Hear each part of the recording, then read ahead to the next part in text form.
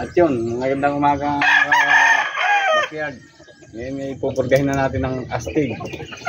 Itong ating nabili kahapon. Para wala ang bulate. Medyo maputla ang itsura. Maya paliliguan din natin.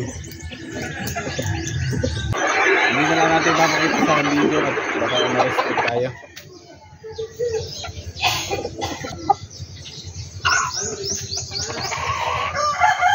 Yan.